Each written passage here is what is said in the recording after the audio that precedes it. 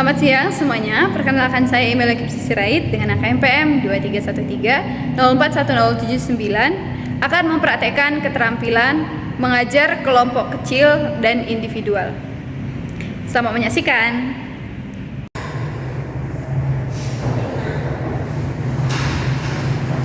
Selamat siang.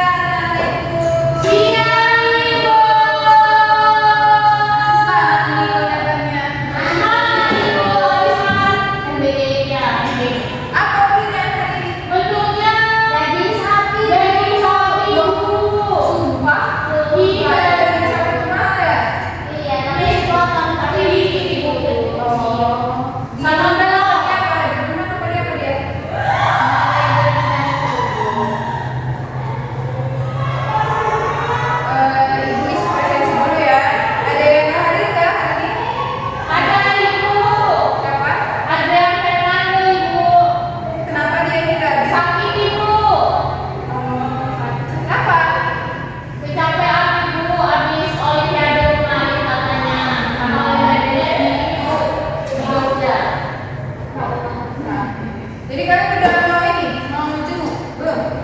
Nanti Bu, katanya dia, tapi dia tipe orang yang nggak mau jenguk. Iya Ibu, ya? Dia bilangnya udah mau beliin pasar Bu. Jadi biar kita semangat dulu, kita mau ice breaking yuk. Yuk ice breaking yuk. Iya. Masa Bu? Ini kan udah ngantuk, ibu aja ke sana. Tapi itu nggak Bu. Ayo kita jalan kayak gitu.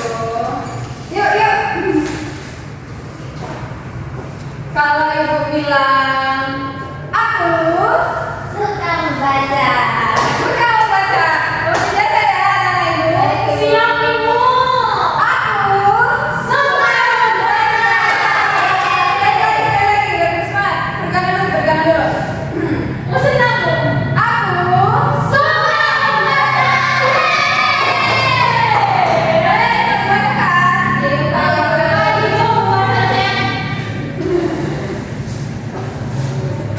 Dan kita masuk ke materi mengulas karya fiksi. Dari namanya aja fiksi, artinya itu Tidak nyata.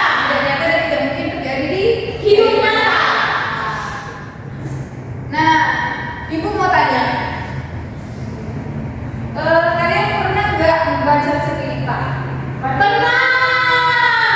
Biasanya kalian baca di HP atau HP? Di buku, ada di HP,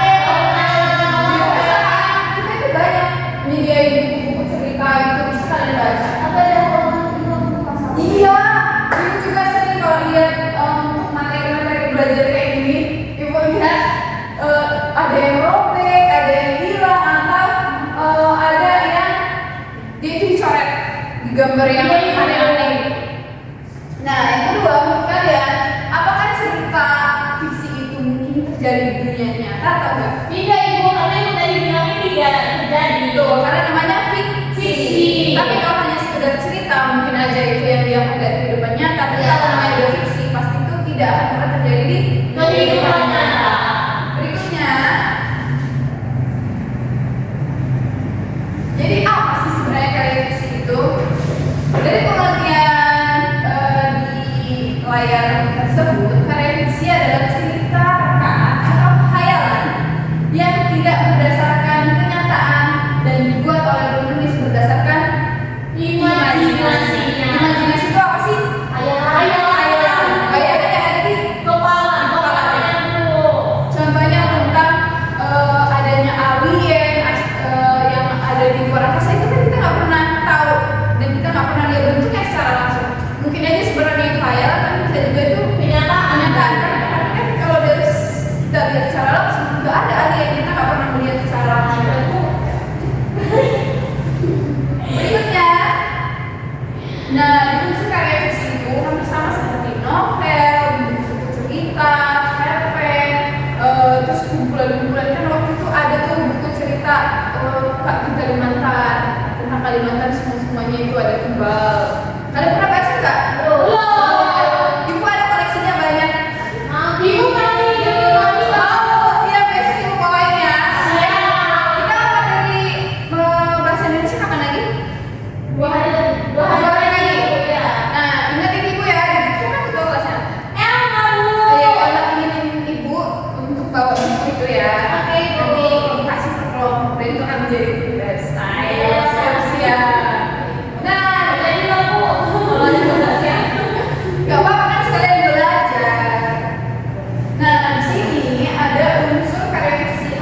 dengan cerita pendek, sama dengan novel, pasti ada unsurnya. Yang pertama itu adalah Tema. tema itu apa sih? Ide channel atau pesan utama dalam suatu karya atau cerita itu. Nah, ide, ada kata ide di situ. Artinya sebenarnya cerita ini mau menyampaikan tentang apa? Contohnya cerita tentang Malin Kundang. Ide temanya itu ada tentang ada orang tua, kemudian juga tentang keluargaan. Buat buku. Bukan itu lah, yang memang akhirnya dia menyebar, tapi kan bukan itu tujuannya. Temanya itu bukan itu. Jadi kan dengan kan tema itu apa? Sudah ibu. Kemudian foto adalah pelaku. Contohnya Timun Mas. Timun Mas. Timun Mas itu yang menjadi pelaku itu adalah Timun Masnya tuh. Wah. Jatuh kalau sampahnya digoyang nanti kan. Iya ibu, maaf ibu. Nah, kemudian Timun Mas itu ada ibunya. Ibunya itu juga sebagai pelaku, sebagai tokoh. Kemudian ada raksasa, itu juga menjadi tokoh. Ada bapaknya nggak? Enggak, kalau ibu nggak ada bapaknya.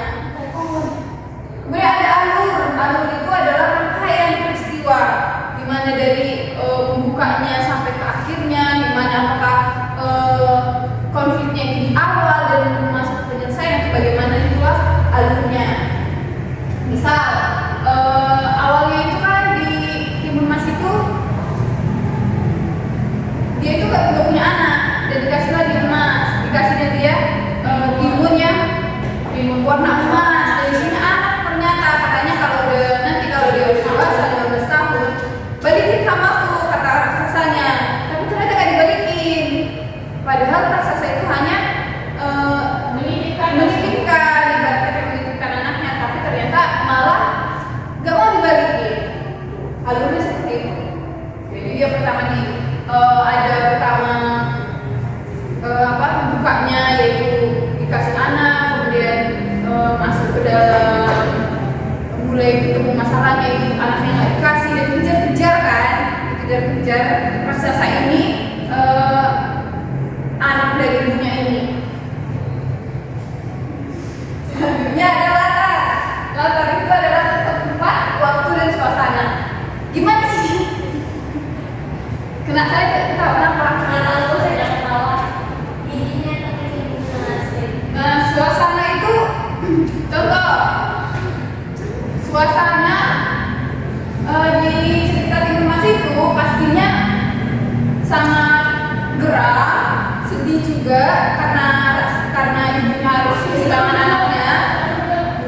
Tapi geram juga karena si ibu ini tidak menepati janjinya. Kemudian ada latar waktu itu di mana dan kapan terjadi. Latar waktu itu maaf ya ibu salah ya.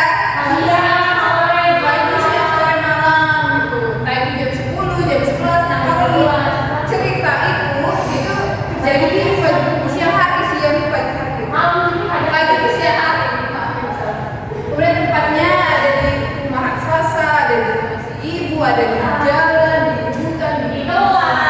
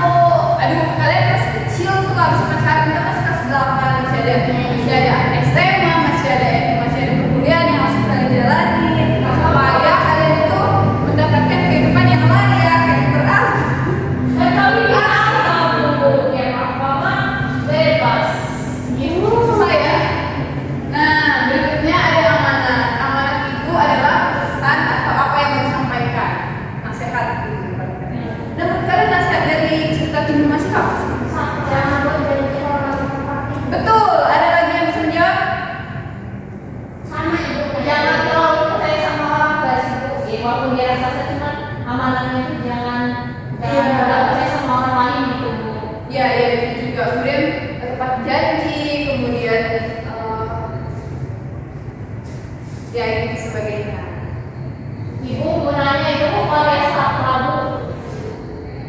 Karena cerita fiksi itu kan masuk karya sastra juga. Seperti dongeng. Sastra Bu. Ibu salah Bu, salah. Maaf ya, ibu salah biasa. Ini kan ibu bikin PPT-nya sendiri pakai tangan. Sama malam lagi. Ibu bayangin Biarin ada itu Bu, ada karya sastra itu ada baru gitu Bu, yang kami nggak tahu sekarang. Selanjutnya ada melakukan penilaian terhadap karya sastra. Nah, poin dari materi kali ini adalah di sini. Penilaian. Seorang pembaca itu biasanya mesti melakukan penilaian terhadap cerita yang baru dibaca. Misal seperti tadi cerita Timun Mas. Kita pasti langsung kita bisa menilai apakah kita suka ceritanya atau enggak. Pasti terngiang-ngiang gitu. Nah, kalau kita terngiang-ngiang dengan cerita itu, kemudian kita akan suka. Nah, kalian pun selaku peserta ini itu bisa melakukan penilaian sendiri terhadap sebuah cerita. Nah, hal yang kalian bisa lakukan seperti mengamati unsur-unsurnya. Nah, tadi kan kita sudah mempelajari unsur cerita itu ada 6. Nah, kalian bisa mengamati unsur-unsur tersebut untuk membayangkan cerita itu kalian sudah lengkap, sudah baik, sudah tepatkah atau belum. Yang selanjutnya Bu, yang tema alur favorit. Ya, betul sekali.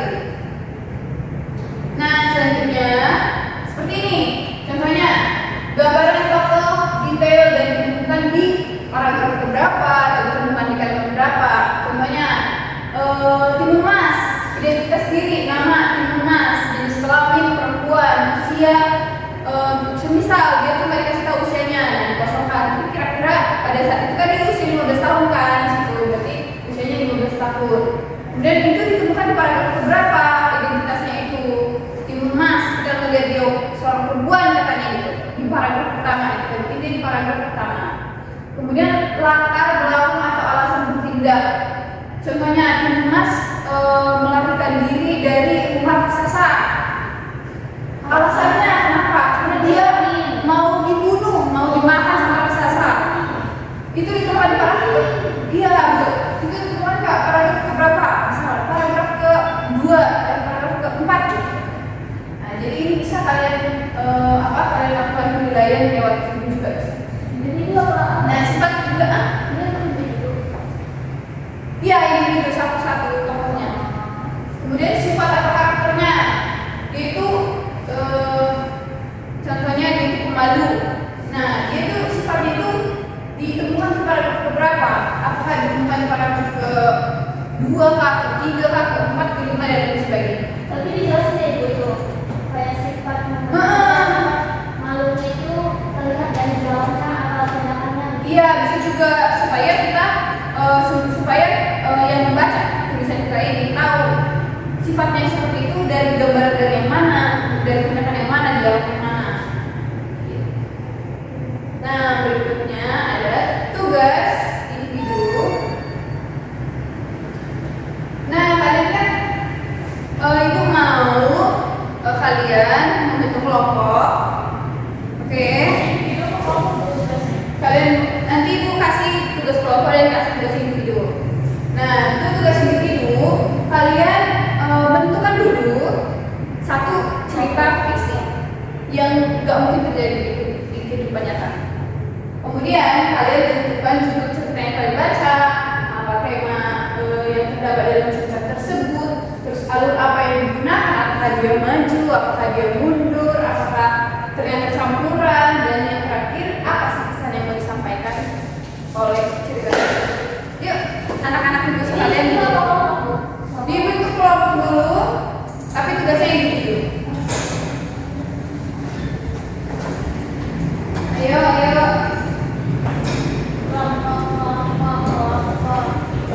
Ini judul ininya apa? Saya karena bacanya Timun Mas jadi Timun Mas. Oh, kamu mau analisis Timun Mas lagi? Iya. Boleh nggak?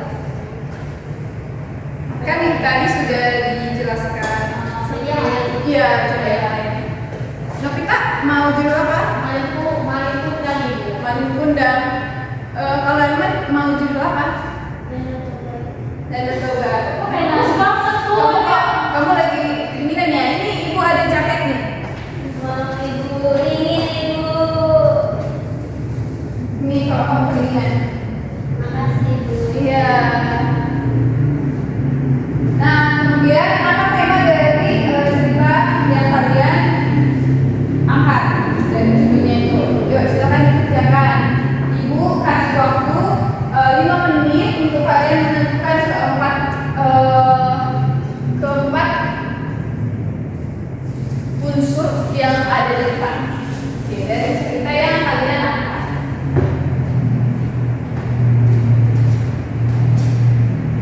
Berapa menit?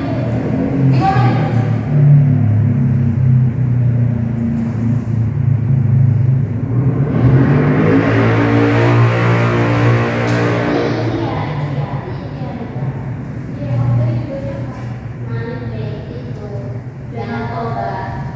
Ibu saya udah. Kamu udah?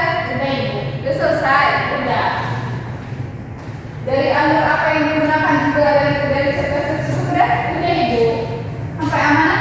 Sudah ibu. Oke, baik. Silakan yang kita kasih hapus dulu untuk teman kita. Silakan yang kita baca ke depan untuk mempresentasikan hasil semuanya dari tempat tulisan tersebut. Baik teman-teman, saya untuk judul cerita yang satu itu paling mudah bu. Lalu tema yang benar-benar cerita itu menurut pendapat saya itu anu durhaka bu temanya. Selanjutnya alur yang digunakan itu alur maju bu, karena alurnya itu belum begitu bu, tidak.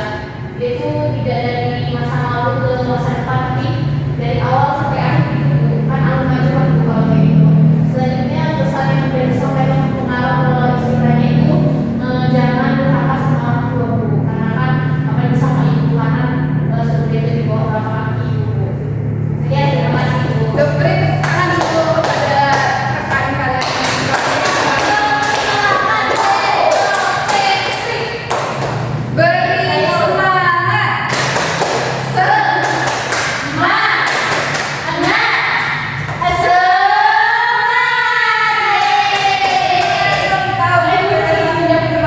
Nah, jadi berikutnya silakan Ibu tadi. Boleh silakan mempresentasikan.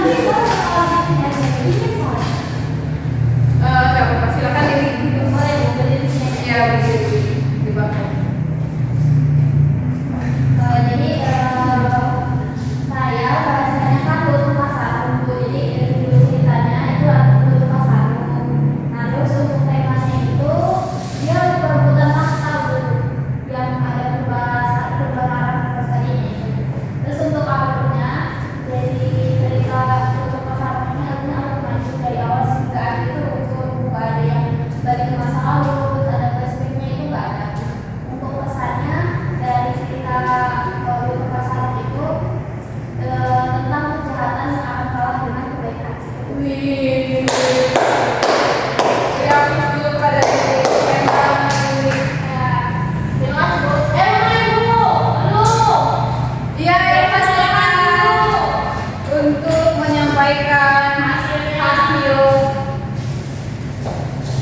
Jadi assalamualaikum warahmatullahi wabarakatuh. Waalaikumsalam. Di sini saya menggunakan judul cerita Legenda Danau Toba. Terus tema yang dapat dalam cerita tersebut adalah melanggar janji atau sumpah. Terus alur yang digunakan dalam cerita tersebut itu alur maju ibu. Terus pesan yang disampaikan pengarang itu mengenai pentingnya kita untuk menepati janji kepada seseorang dan menghormati orang tua ataupun keluarga. Pintar banget. Ya, kita semua.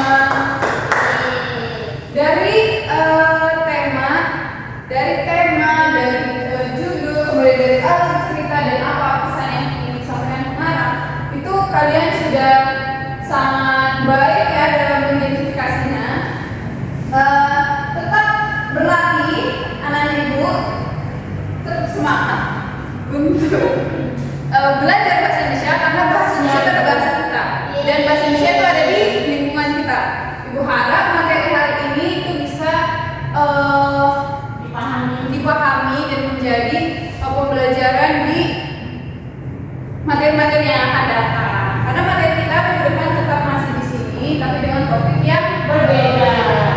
Kelompoknya tuh kan katanya di depan punya kelompok. Oh iya, ibu udah kirimkan di Google Classroom untuk tugasnya, tugas kelompoknya. Siapa yang boleh memberikan refleksi untuk materi hari ini? Ya, silakan, Bu Dana. Jadi mohon maaf Bu, untuk judul materi kita ya. Mengenal karya. Baik, untuk materi pemasaran refleksi ini kita katakan bahwa refleksinya adalah karya yang tidak nyata atau hanya imajinasi dari pengarang. Nah, dalam refleksi itu tentunya memiliki alur, memiliki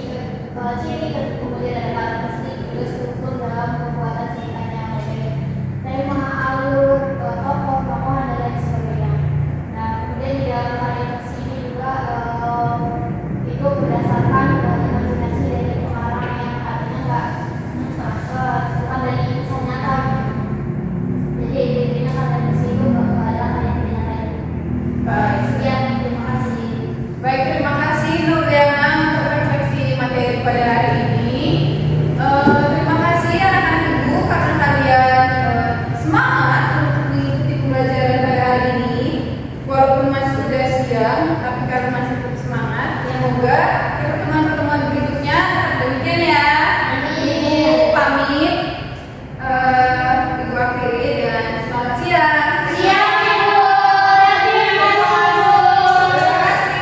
Siap, Ibu.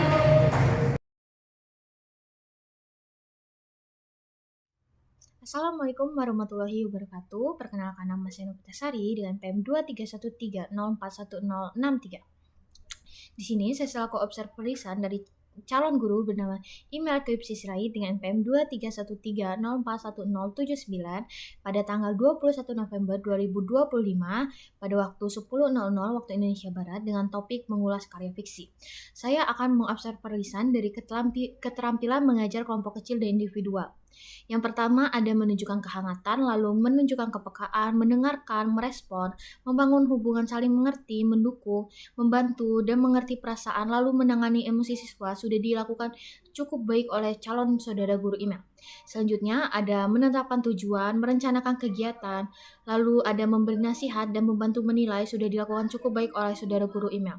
Selanjutnya untuk kegiatan setiap orang, penyediaan alat, penyediaan sumber, dan cara membantu siswa itu sudah dilakukan cukup baik oleh saudara guru email. Saudara guru email sudah membantu siswa dalam berdiskusi berkelompok jika ada saran yang berbeda. Selanjutnya, cara pendekatan calon guru email juga sudah menyenangkan, menantang siswa untuk berpikir, lalu mendorong siswa untuk mengemukakan pendapatnya, dan sudah mendorong siswa untuk menyelesaikan tugasnya cukup baik. Oke, sekian observer lisan dari saya, semoga dapat dipahami. Mohon maaf jika ada kekurangan. Wassalamualaikum warahmatullahi wabarakatuh.